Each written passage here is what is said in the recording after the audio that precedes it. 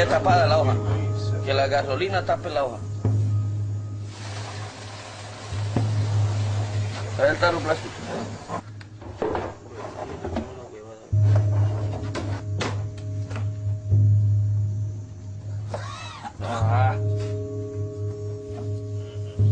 No da producto porque está muy bicho todavía.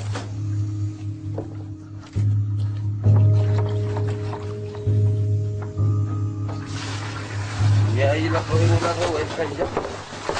De ahí le lava uno con gasolina. De esa agua de ácido lava la gasolina. De esto que uno le echa para quemarse la... Para que muere el ácido, vea cómo hipe, vea. Vea, mira, vea.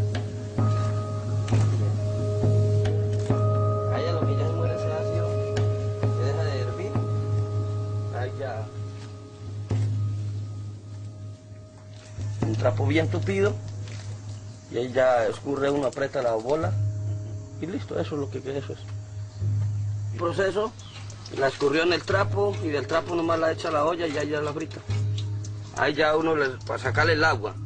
Saca uno el agua y ya, ahí no tiene agua. Ahí está cero. Bien. Ella queda en aceite. Y vuelve y se endura y queda así mismo blanca. Eso es, ahí no hay más nada. Se fríe y ya va blanqueando, ¿no?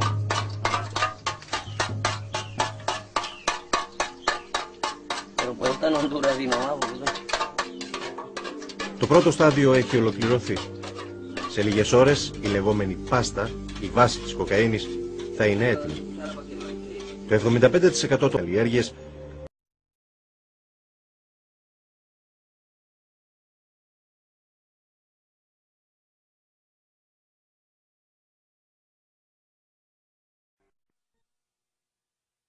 Low. Yay. Diesel. White. Rocket fuel. Powder. Nose candy. Yo-yo. Snow White. Coke.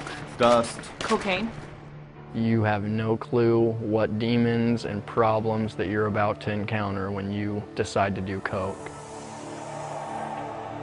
Cocaine is manufactured from the coca plant. There's a certain process where they extract the actual cocaine properties from the plant and they refine it down into a powder. Even though it's basically considered powder form, when you buy it, it's still kind of clumpy because it comes off a block. Cocaines can be cut with glass, it can be cut with Drano, just to get the users to get that first burn in their nose, so the rest of the night they're numb, they don't feel what they're sniffing. People from very young ages to senior citizens use cocaine. It's not prejudice. It's considered a rich man's drug, but even teens can afford it at lower and lower costs. So once a person is addicted, the price skyrockets because they need more and more, and it gets more expensive to have the habit. There's a lot of different ways to do this drug. I just snorted it. Mostly for me, I smoked and snorted it. You can smoke it, you can shoot it. It can be injected into the bloodstream through IV needles. I was 14 when I first tried coke. The first time I did cocaine was when I was 16 years old. I was 18 years old. Just going to like house parties and hanging out with friends. I was with a bunch of friends. They were all doing ecstasy and coke and smoking pot, drinking. I was at a high school party where there was some older guys there and they had cocaine. And of course the older people, they're the cool people and they were going to the parties and they were doing the drugs. I was in such a crowd of like intelligent people and people with lots of money. Cocaine came into the picture and it was just one big kind of a party drug. You know, I'd do it once every month or so, and then as it progressed, I'd be doing it every other weekend. Within an 8-month span, I went from trying it a few times to becoming a weekly user, to eventually a daily user, and then to becoming a dealer. Once you start taking that stuff, like I said, you feel like a rock star. You feel invincible. You feel just nothing can touch you. You can make conversations, you're happy, but that's only for about a half hour. The night I first took it, I wanted more that entire night. With coke, it's like instant. Because it only lasts for 15, 20 minutes and then you gotta have another line. And then I need some more. because I'd start coming down. So you're just constantly chasing this high that you'll never achieve. I was leaving work every half an hour to go buy more. I was working like 14, 16 hours a day. I started using more and more cocaine to keep working, to make more money. You spend all your money on it, one way or another. It was so expensive that I'd only do enough until I ran out and I couldn't afford to buy more. That's when I realized I had absolutely no control over myself, and the cocaine was pretty much controlling me. You do more so you can feel normal, and you don't feel normal ever on the drug. I couldn't complete anything I started, couldn't have a conversation with anybody, I couldn't look anybody in the face. Your body craves more and more, but when you're at that point, the more you take, the more dysfunctional you become. It's like quicksand. Once it gets its grip, it just starts sucking you in. And the harder and harder you try to pull yourself out of it, the deeper and deeper you go. I'd wake up in the morning, if I didn't have it, the first thing I'd think of was a 9mm in my head. Thought I needed it to get up, I thought I needed it to go to sleep or anything like that. The couple days after you do cocaine, your muscles ache, your sinuses are real bad, your nose starts bleeding. My nose hurt so bad from doing it that I couldn't sleep without having lines set out for me, so that when I would wake up throughout the night, I could do some just to numb the pain. I would go through extreme hot and cold flashes, very severe night sweats. Like I can't sleep, feeling disgusting. The chills, the shaking. I was doing so much cocaine that I was actually hallucinating. And depending on the time, actually sit there and talk to myself because I was going crazy. You know, seeing things, constant paranoia, constant depression, suicide attempts. So it went from being a party drug to a drug that kept me holed up in a dark room by myself, scared of my own shadow. I was in the business, family business with my father, paying the bills. I was in accounts payable for him. I basically advanced myself $30,000 within 3 months and almost put the business under. I was making a lot of money at the time. Everything was on plastic and credit cards. Everything else was going to cocaine. Probably upwards of about $600,000-$700,000. I started shooting it. I missed the vein and actually went into a nerve. And it blew up my whole entire arm and hand. My arm just kept on inflating more and more. Thought I was gonna die. I flatlined, and then they all came rushing in, and they took the paddles and hit my chest and everything. They brought me back again. After I'm out of the hospital, there I am, doing it again. When I got to a party and a guy walked in, I didn't know the guy. I beat him, put him in the hospital. You know, beat him until he was unconscious. You know, just because I didn't know who he was. Yeah, I was paranoid.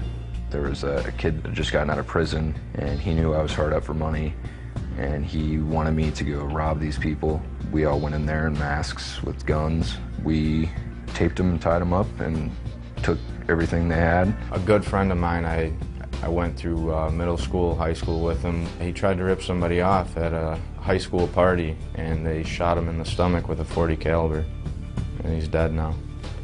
20 years old.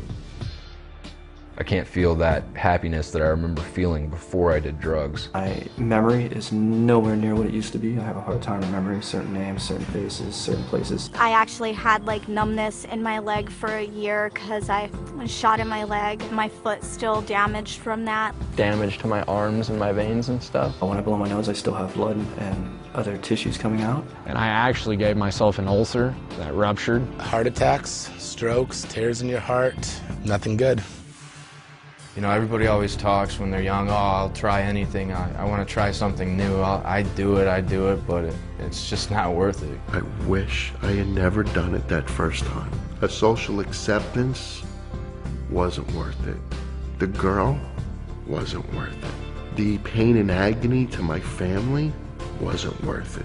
If you think you control it, you can't. It can't be controlled. It will take a hold of you quicker than you ever thought possible. I'm 34 years old now.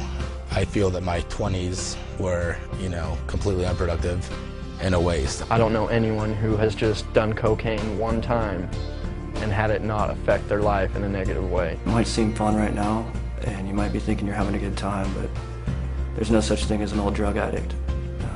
You're gonna kill yourself. You're choosing death over life, and that's the reality of the decision you're making.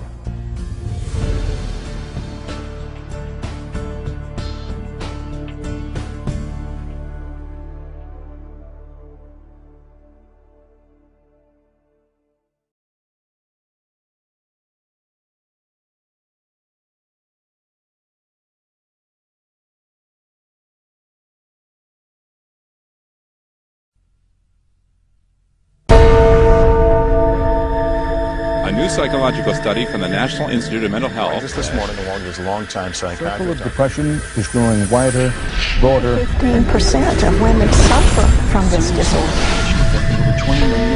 Changes that have occurred in the brain. Abnormalities in the neurotransmitters. 6 million American kids take prescribed medication. But what if the criminal is mentally ill? The punishment, a form of aversion therapy. Training appears on the show, but I want to... Seasonal affective disorder. Oppositional defiant disorder. Schools criticized for over-prescription.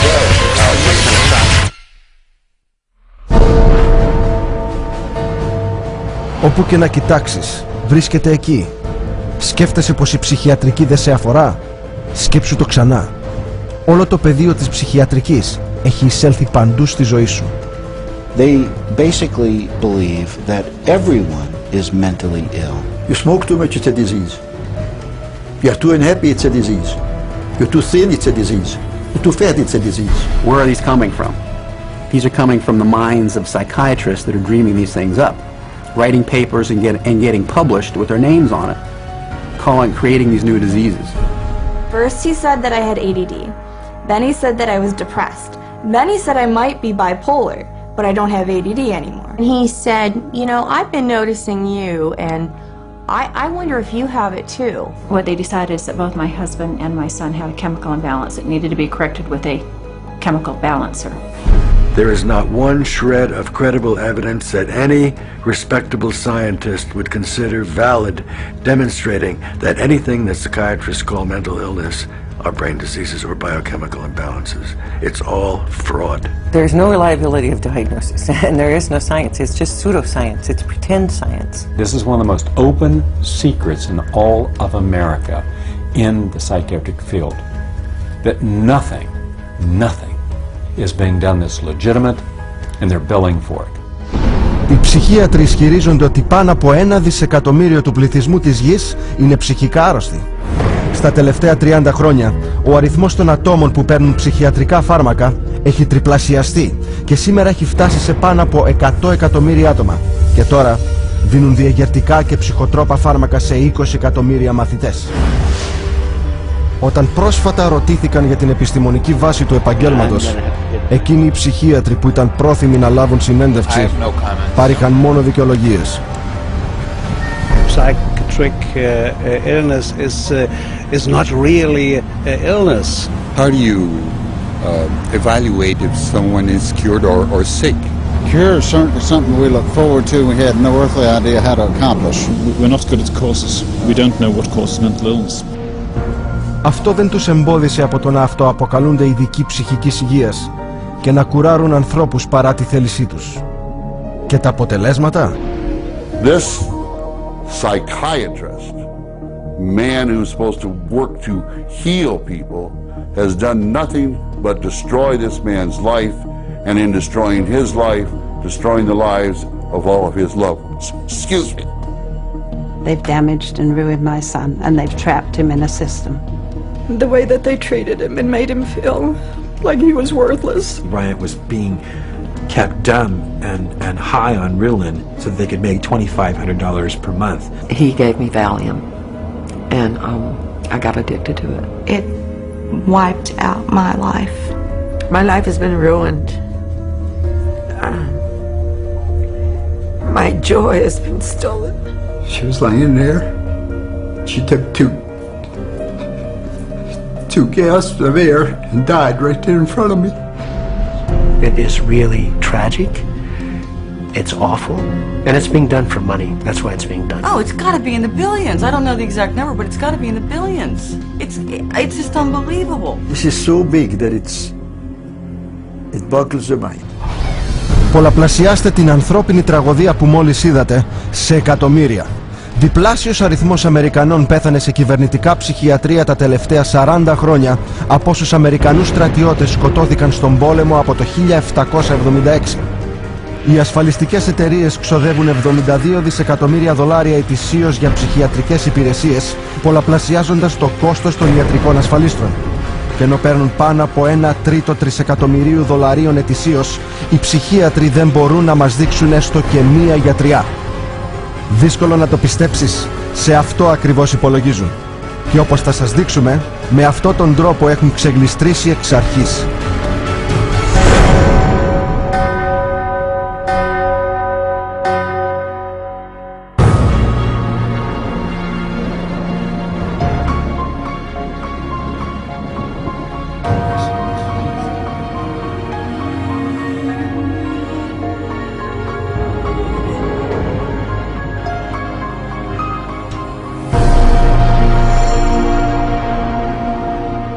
The roots of psychiatry have to do with control, power, and alienation from certain groups of people who were uncomfortable to be around. They were locked up in these places to get them out of the way.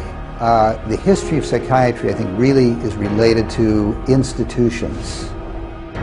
Το Βασιλικό Νοσοκομείο της Βιθλεέμ ήταν ένα από τα πρώτα ψυχιατρικά ιδρύματα. Συνήθως αναφερόμενο ως Bedlam, ήταν κάτι περισσότερο από μια αποθήκη για τους θεωρούμενους τρελούς. Οι τρόφιμοι, κλεισμένοι σε κλουβιά, ντουλάπες και στάβλους, αλυσοδένονταν και μαστιγώνονταν, ενώ το άσυλο χρέωνε την είσοδο για δημόσια θέα. Το 18ο αιώνα, ο William Batty ήταν ο πρώτος που διαφήμισε πως τα ιδρύματά του ήταν σε θέση να θεραπεύσουν τον ψυχικά άρρωστο. Τα τρελάδικα του Batty τον έκαναν ένα από τα πλουσιότερα άτομα στην Αγγλία, αν και οι θεραπείες του ήταν τόσο απάνθρωπες όπως εκείνες στο Bedlam, χωρίς να έχει θεραπευτεί ούτε ένας ασθενής. Η οικονομική του επιτυχία πυροδότησε την εκρηκτική αύξηση των ασύλων και έδωσε ευκαιρία σε ψυχίατρους να επωφεληθούν από αυτή τη νέα βιομηχανία. This was an era where on both sides of the Atlantic specialized institutions for the mentally ill are beginning to be built in large numbers. Those institutions date back certainly to the beginning of the 18th century, and in a few cases even earlier than that.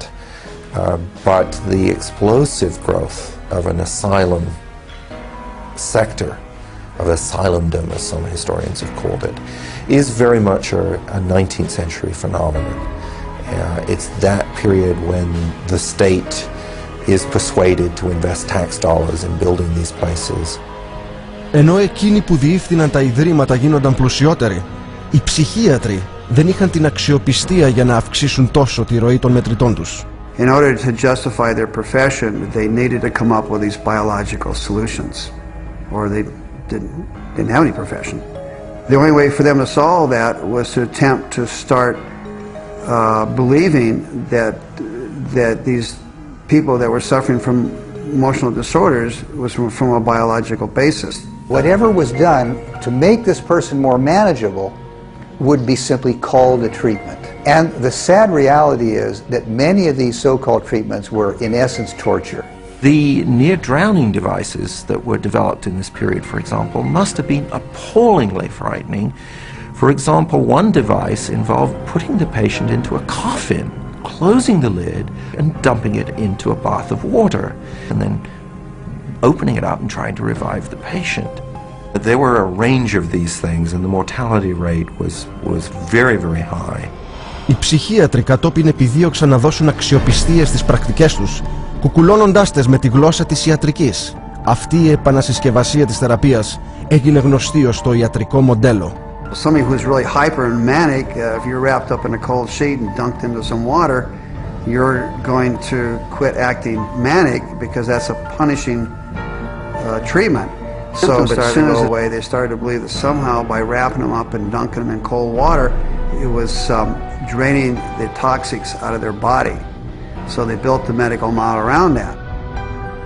Προωθώντας τη βιολογική θεωρία της ψυχικής αρρώστιας περαιτέρω, ένας Αμερικανός, ο Βενιαμίν Ρας, προώθησε την ιδέα ότι οι παραφροσύνοι προκαλούνταν από πολύ αίμα στο κεφάλι. Η γιατριά απομάκρυνε το αίμα με οποιοδήποτε δυνατό μέσο, σωματικό περιορισμό, κρύο νερό, αφέμαξη, ακόμη και τρόμο. Και με αυτό δημιουργήθηκε ένα νέο ιατρικό μοντέλο. Benjamin Rush was probably the most famous American physician of the Revolutionary era. Rush was known as the master bleeder. He bled his patients for madness. He also invented something called the tranquilizer. It's a chair that looks a little bit like an electric chair. The patient was confined in this apparatus sometimes with cold water applied to his or her head for some hours at a time, and Rush announces in a letter that he's invented this new contraption and dubbed it the tranquilizer. Οι συχνά φωνικές διαδικασίες του Ρας περιγράφηκαν στο εγχειρίδιό του το 1812, το οποίο παρέμεινε η αξιόπιστη πηγή της ψυχιατρικής για τα επόμενα 70 χρόνια. Είχε τόσο τιμηθεί που το 1965 τοποθετήθηκε ως ο πατέρας της Αμερικανικής ψυχιατρικής πάνω στη σφραγίδα του Αμερικανικού Ψυχιατρικού Συλλόγου. Κατά το 1800, οι συσσωρευτικές αποτυχίες της ψυχιατρικής στη γιατριά της τρέλας απείλησαν το κέρδος τους, αναγκάζοντάς τους να εφεύρουν νέα ιατρικά μοντέλα. The cures promised when it was delivered.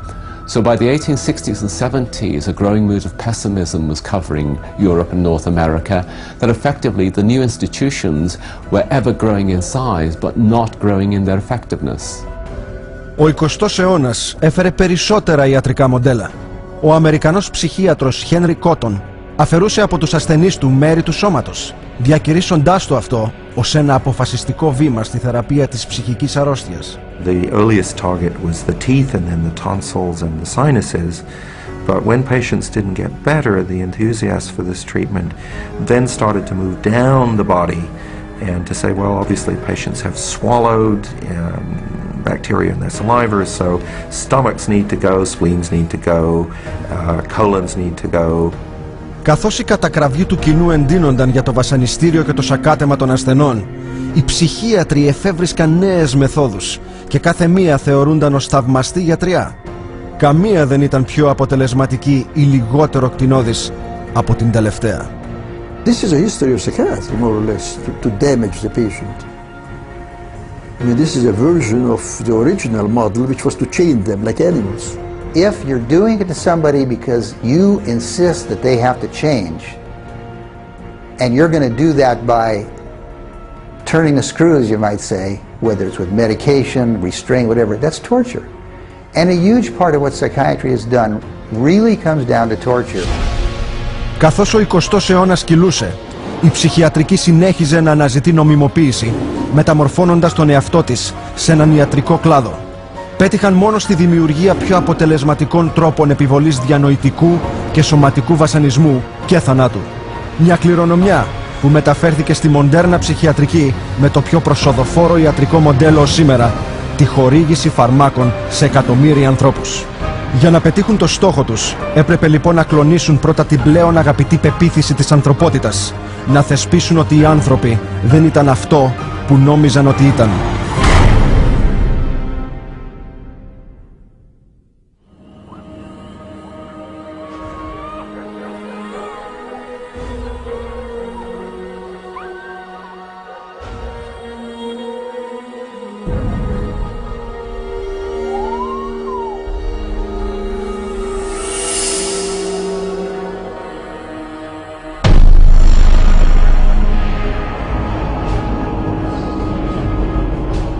Πανεπιστήμιο της Λειψίας, Γερμανία, 1879. Ο καθηγητής Wilhelm Wundt πειραματίζεται με τις ανθρώπινες αισθήσεις. Κηρύσσει ότι οι σκέψεις, η προσωπικότητα και η συμπεριφορά του ανθρώπου δεν είναι τίποτα άλλο παρά μόνο χημικές αντιδράσεις στον εγκέφαλο. Wundt became frustrated with his inability to change behavior because he was dealing with the original, psychology. That's the psyche, that's the soul. He created a new science, which was based on man being an animal without a soul, to be trained. Not to be a thinker, but to be trained. Μαθητές από όλο τον κόσμο μαζεύτηκαν να μελετήσουν το νέο ορισμό του Wundt περί του ανθρώπου ως οργανισμού χωρίς ψυχή. Η στάση της εποχής συνοψίζονταν από τον Γερμανό φιλόσοφο Friedrich Nietzsche. Gott ist tot. Gott bleibt tot. Und wir haben ihn getötet. Ακολουθώντας τη θεωρία του Wundt, ένας Ρώσος, ο Ιβάν Παυλόφ, έκανε πειράματα σε ζώα, αναζητώντας μεθόδους να αλλάζει τη συμπεριφορά. Pavlov studied with Wilhelm Wundt in Leipzig, Germany, in the late 1800s, and he experimented with dogs with electrodes and stimulus response, denying privileges to denying rewards. And he noticed that when you brought out some food in front of animals, dogs in particular, that they would begin to salivate. So he'd ring the bell at the same time that he brought the food out, and then eventually, instead of bringing the food out, he just rang the bell, and of course the dogs got all excited. He called that a conditioned reflex. Τα πρώτα ανθρώπινα αντικείμενα μελέτης του ήταν παιδιά. Έκανε τρύπες στα μάγουλά τους για να συλλέξει και να μετρήσει το σάλιο τους. Pavlovian conditioning became one of the major foundations of a lot of behavioral science research in the 20th century.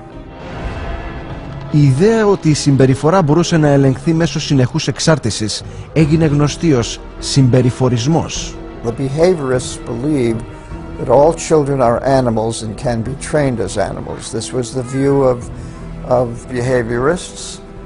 As a matter of fact, John Watson, the most famous of the behaviorists, says that you have to treat human beings or look at human beings the way you would look at the ox you slaughter.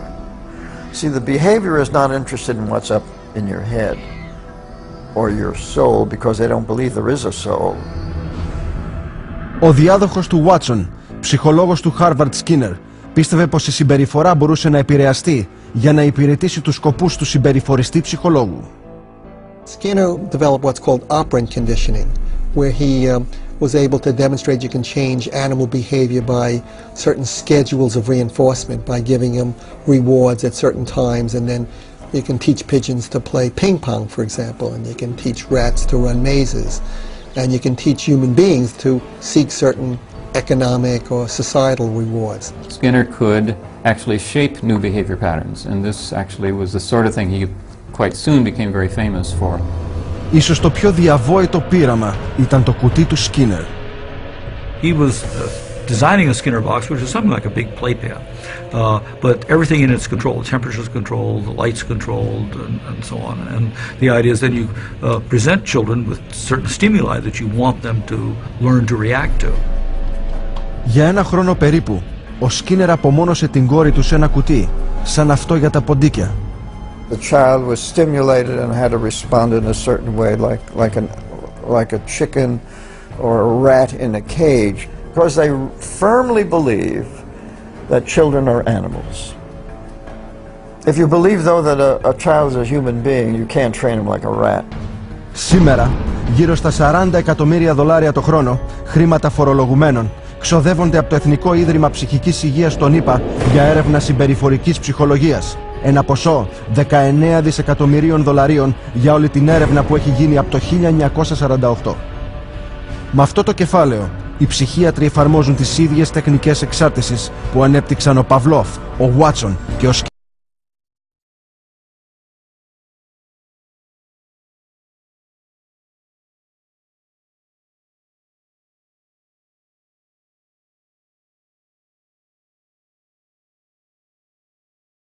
I think you know if you drink quite often and if you're drinking for reasons other than to be social.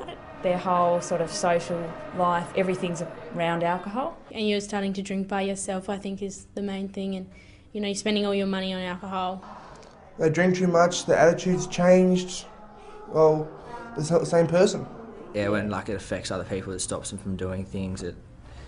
When their judgment is really impaired. Aspects of their life, for instance, if it's affecting their education or if it's affecting their personal life, their home, whatever, if it starts to impede on other aspects of their life, I think it's an issue.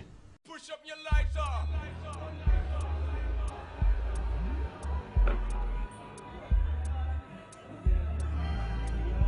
I guess if people are realising that their life is going down a path that's different to what they normally would do, and their emotions are becoming more pronounced, and that they're starting to feel unhealthy, is a good way of understanding whether their drinking's becoming a problem or not.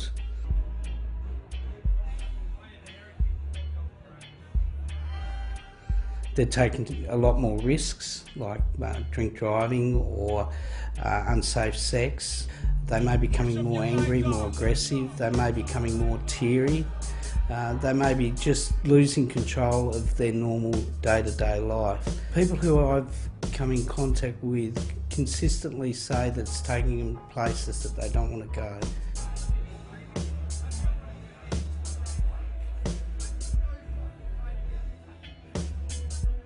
Usually drinking is a result of other pressures that are on a person. It may be to keep up with the status quo of their mates around them. It may be that they've had trouble at home. It may be that they're just not comfortable in themselves. And if someone has a drinking problem that comes in to see me, I certainly explore those things within them and see what are the triggers behind a person's drinking.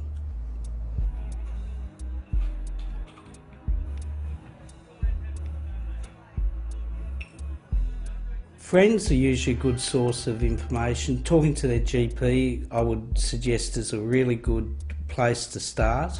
Also looking in the phone book under alcohol and drug services, having a look around the place and picking up any kind of pamphlets from youth services, and taking it upon themselves to take responsibility over that would be a good start.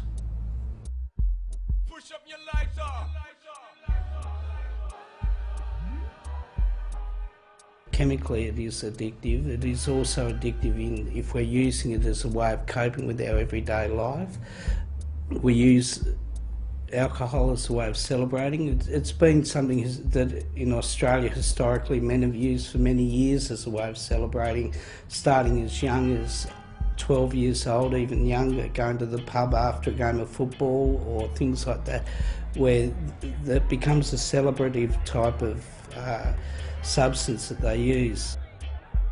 A lot of times when people first start off drinking, they may not get hangovers, they may not get the after effects of drinking as much as they do in later years, but it's through the patterns of behaviour that they pick up at an early age that leads to a far more addictive personality later on, and that although they may not get the hangovers, they still find that they're craving the need to drink more often, because it's to get them to that plateau of enjoyment that they're seeking at the time.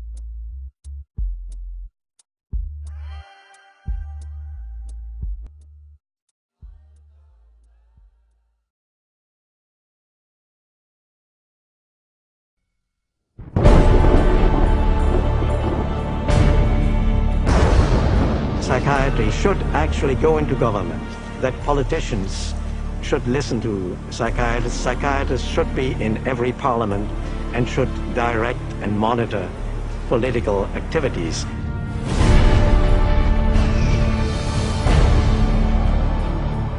Η ψυχιατρική, σε λίγο περισσότερο από έναν αιώνα, έχει διεισδύσει στην κοινωνία σε παγκόσμια κλίμακα. Και αυτό δεν είναι τυχαίο. People aren't aware that in 1940, a prominent British psychiatrist, Colonel J.R. Rees, addressed the National Council on Mental Hygiene and set the agenda for psychiatry for the next 60 years. Since then, psychiatrists have been given authority in nearly every sector of our society, with tragic results. We must aim to make it permeate every educational activity in our national life. Public life, politics and industry should all of them be within our sphere of influence. We have made a useful attack upon a number of professions. The two easiest of them, naturally, are the teaching profession and the church. The most difficult are law and medicine. Ο συνάδελφος του Ρις, ψυχίατρος J. Brock Chisholm, συνιδρυτής της Παγκόσμιας Ομοσπονδίας Ψυχικής Υγείας, αργότερα προέκτηνε τα σχέδια της ψυχιατρικής. To achieve world government, it is necessary to remove from the minds of men their individualism, loyalty to family traditions, national patriotism, and religious dogmas. Για την εφαρμογή του σχεδίου τους, οι Αμερικανοί ψυχίατροι έπεισαν το Κογκρέσο των ΗΠΑ ότι η διανοητική ασθένεια ήταν μια εθνική απειλή που μόνο οι ίδιοι θα επέλυαν με τεράστιες επιχορηγήσεις. Και έτσι άρχισαν τεράστιες κυβερνητικές δαπάνες για ψυχιατρική έρευνα, οι οποίες έχουν ανέβει από το $1 εκατομμύριο το 1946 σε $1,4 δισεκατομμύρια σήμερα. Αύξηση που είναι μεγαλύτερη από 139.000%. Όπως η ψυχιατρική επιρροή εξαπλώθηκε στη ΣΥΠΑ, έτσι εξαπλώθηκε και σε όλο τον κόσμο. Πίσω από κάθε παγκόσμια κρίση βρίσκεις το έργο των ψυχιάτρων. Για παράδειγμα, ο Σέρβος ψυχίατρος Γιόβαν Ράσκοβιτς, που απέτησε την εθνοκάθαρση των Κροατών και Μουσουλμάνων λόγω της πεποίθησής του για τη φιλετική τους κατωτερότητα. Το αποτέλεσμα? Στη Βοσνία τη δεκαετία του 90, ο συνάδελφος του Ράσκοβιτς, ψυχίατρος Ράντοβαν Κάρατζιτς, και ο πρωθυπουργός Σλόμπονταν Μιλόσεβιτς εγκαθίδρυσαν στρατόπεδα συγκέντρωσης, όπου για άλλη μια φορά έγιναν μαζικά βασανιστήρια, βιασμοί και φόνοι αθώων. Ένας στρατιωτικός ψυχίατρος εξήγησε πώς έγινε. C'est très difficile tuer millions de personnes. C'est très difficile, techniquement difficile. Les Allemands étaient bons techniciens et ils ne pouvaient pas, ils pouvaient seulement 6 millions de Juifs exterminés.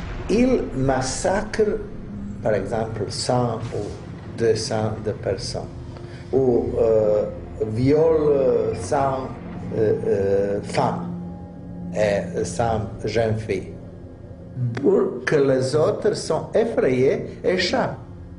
Alors vous avez le terrain pur. Με την εκατοντάχρονη τεχνική του Παυλόφ, τη δημιουργία εξαρτημένων ανακλαστικών και τις μοντέρνες τεχνικές ελέγχου της διάνοιας, ψυχίατροι και ψυχολόγοι μπορούν να μετατρέψουν μέσους ανθρώπους, ακόμη και παιδιά, σε μαζικούς δολοφόνους. You could train them to use firearms indiscriminately. You could train them to shoot people with very little feeling or thought.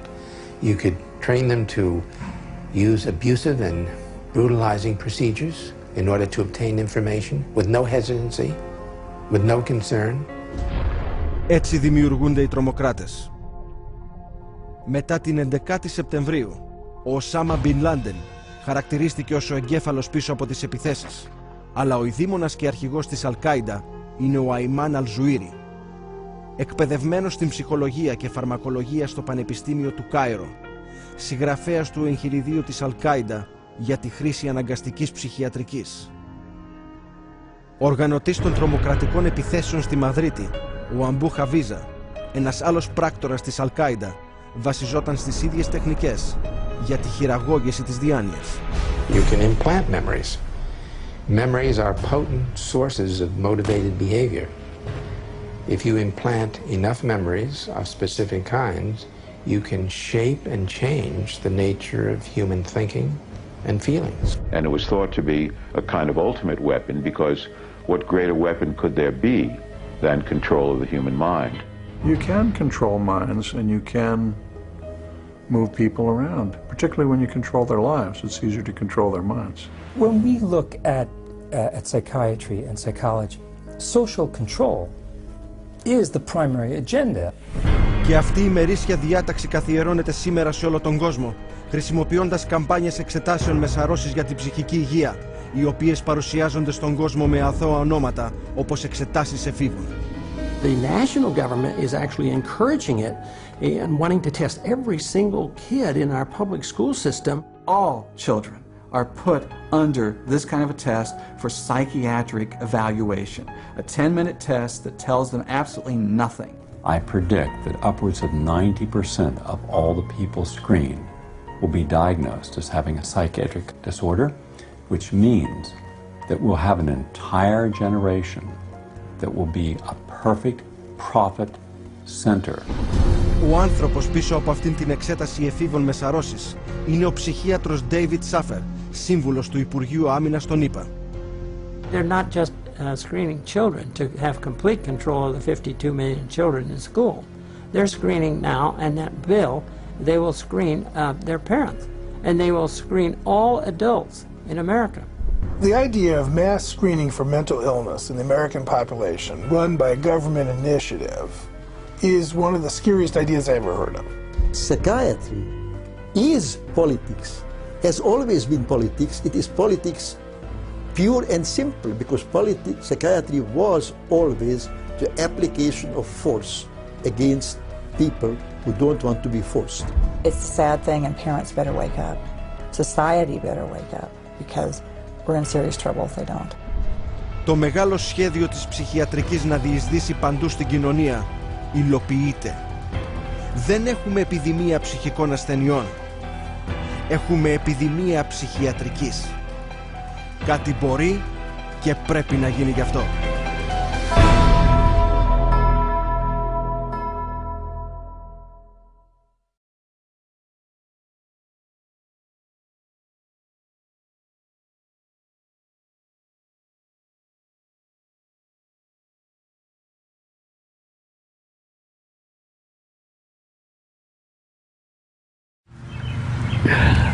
Well, hi. This is a different spot. Somebody moved my chair on me. I got to keep a little closer eye on my staff. Anyway, my name is Mark Tuchel. This is one of my Living Sober Sucks raw casts. I call it a raw cast because sometimes I use some naughty language. And, you know, so welcome to this. This is actually where I live. This is where I hang out. This is what I call Mark Park. And you'll see over there, I got one of my love slaves working for me. Hey, come on, pull more of that stuff out of there. You're chop, chop. Let me get back to my work here. All right, so what I wanted to do is I want to talk about what is an alcoholic. So when I say the word alcoholic, what do you think of? What do you visualize? So that's what I'm going to do. I'm going to ask you to visualize an alcoholic. I'll give you a few seconds. Go ahead.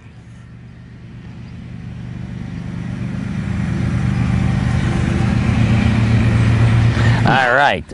You should have seen what I was doing when you had your eyes closed, okay? It would have been pretty entertaining. But in any case, what did you visualize? Now, when I said alcoholic, did you see some mangy old raggedy drunken guy crawling out of a dumpster with pee-stained pants? Did you see some fat guy in a t-shirt and a baseball cap just sleeping on a recliner? Did you see some drunken floozy with her big old titties flopping out and acting all slutty in a bar? Or some sneaky smarmy guy on the make that's working his way through a nightclub? I mean, what did you see? And that's what other people see. When you say, I'm an alcoholic, or when their friends tell them, you're an alcoholic, they're going to visualize something. And this prejudicial stigma of an alcoholic is what causes some of us to not seek help, to not go public and say, I got a problem. So you got to keep in mind, what do other people think about alcoholics? Well, we have an opportunity to show them that a reinvented alcoholic is fun, is happy, is a normal, well, if you consider me normal, but can be a normal person and can enjoy life. And you want to educate others to see an alcoholic as a normal person. You know, when you... I'm going to go back to what you saw as an alcoholic. You know, people see the worst things. They visualize the worst case scenario. They don't see a mother sneaking into the kitchen to guzzle down a couple more glasses of wine while her kids are doing their homework. They don't see a doctor sitting in his home office drinking his glass of scotch. They don't visualize or see a police officer off work sitting out in his garage having his 15th beer. No, they usually see the worst case scenario. So you have an opportunity to let other people know that all alcoholics are not despicable, flawed, awful people. Now, you might be, and I know I probably was, but all of us are not. So we need to really show the world what a reinvented alcoholic is. That we're normal people, that we're good people, that we know how to have fun in this world, and that we can enjoy everything that the world has to offer to us. Okay, so you don't worry about what other people think about you. Who gives a fuck? All right, you know what you are. And if you really want to show them what you are, then live it. live being a reinvented alcoholic. Show people that you're normal. Show people that you can have fun. A reinvented alcoholic does not have to be the typical Skid Row bum. You can rebuild your life. You don't have to tell everybody, hey, I just want to let you know I'm a reinvented alcoholic, or you got a big RA on the front of your shirt. No. But when those that care about you and the people that know you, once they see you living this and enjoying a better life, tell them, I'm a reinvented alcoholic. You know, all alcoholics are not pieces of shit. Some of us are, but not all of us. So really, do yourself a favor. Don't be afraid to go public. Don't be afraid to share this with people. You know, you might get a lot of